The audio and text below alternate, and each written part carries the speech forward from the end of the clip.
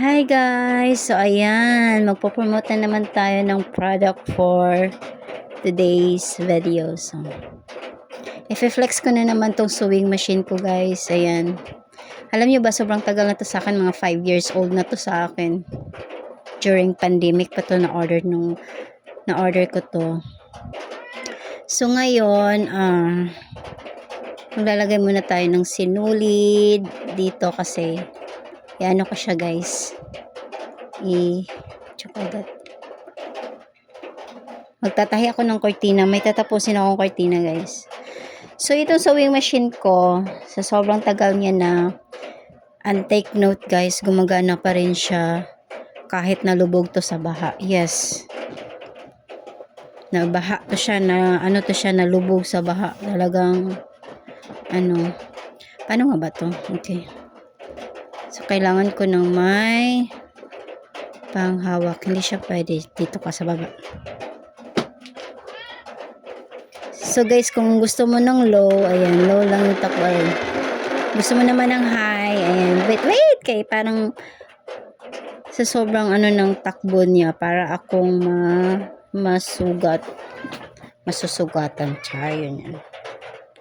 So, dapat secure tayo sa paggamit. So, gamit tayo nito guys, so para hindi tayo So, sa high tayo para madali siyang mapuno. So, ganun yung takbo niya guys, sa pinakamalakas niya na high speed.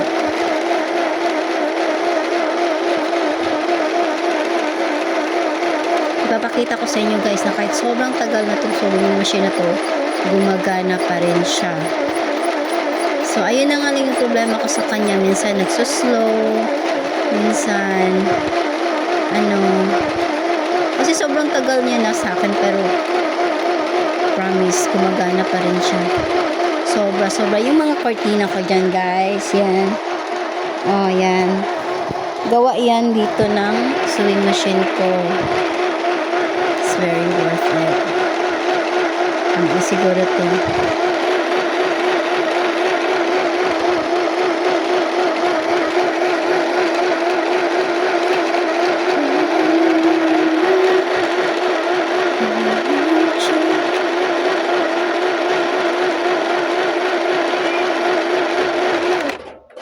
Ayan, so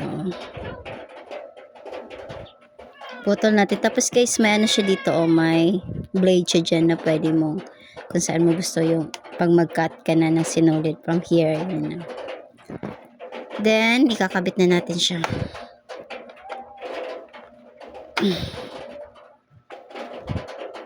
May maliit akong sinulid dito. Nawala kasi yung takip kasi sobrang tagal na to sa akin. Kita nyo naman. May previous video ako, nung nakaraan, pang matagal na. And then tayo. So, dapat ibalik mo siya dyan guys. Ay, nakabalik na.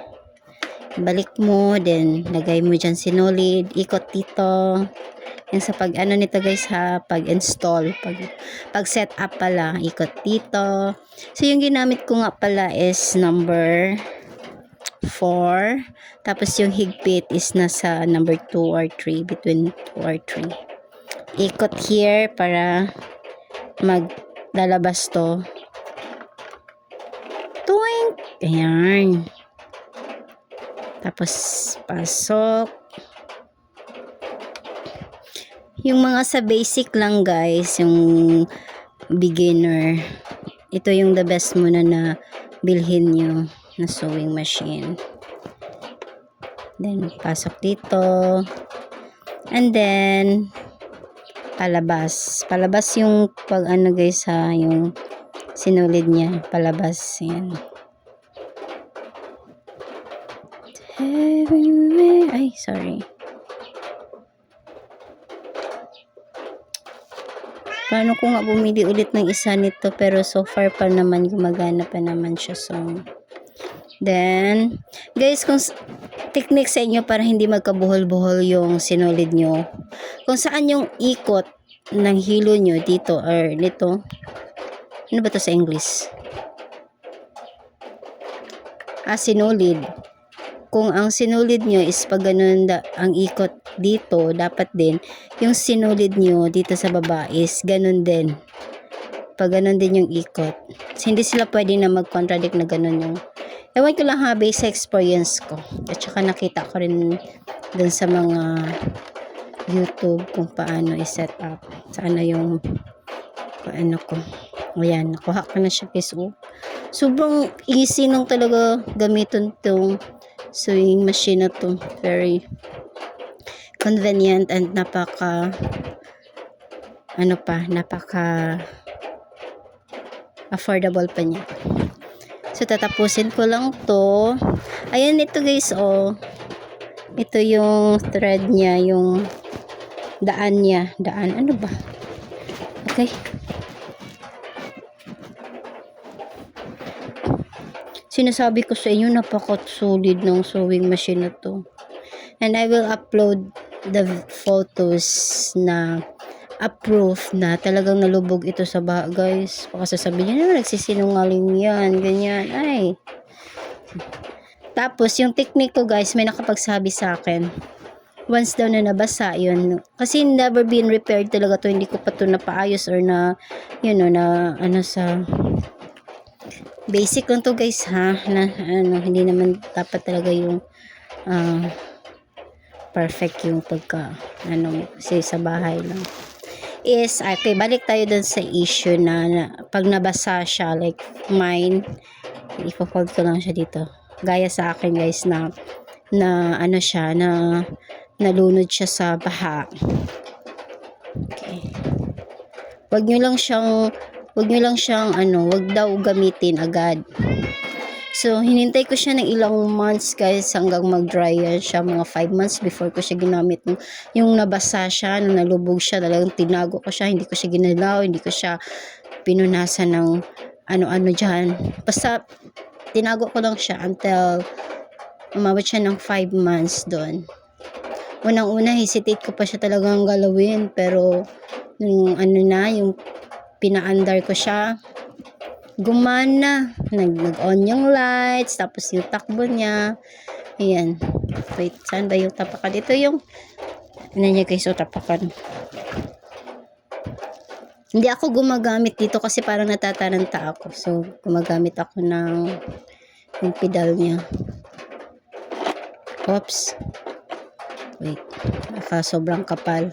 Pag sobrang kapal talagang yan siya, so move tayo. Hindi tayo dyan. Hindi to siya pwede talaga kasi makapal naman din kasi to, tapos 3 fold pa. So, pag idagdag mo pa yung dito na fold. So, magtatagalog ako kahit hindi maganda yung accent ng Tagalog ko. Yun naman kami yung mga Bisaya. Sobrang tigas talaga namin magtagalog, Then, pag mag-lock ako guys, ayan lang, binabalik ko lang siya. Tignan mo yung takbo niya. And then, let's check. Look how pretty, guys, Ayan, nakalock na yan siya. Madumi ko. Sige lang. Ayan. Diba? Perfect. For your, cortina. Yung basic lang, yung gusto nyo magre-repair ng mga damit nyo, yung paliitin yung mga damit nyo, this is a big help dyan na sewing machine. So, bili na kayo. Lalagay ko lang sa yellow basket ko or my affiliate link on my comment sections. And comment.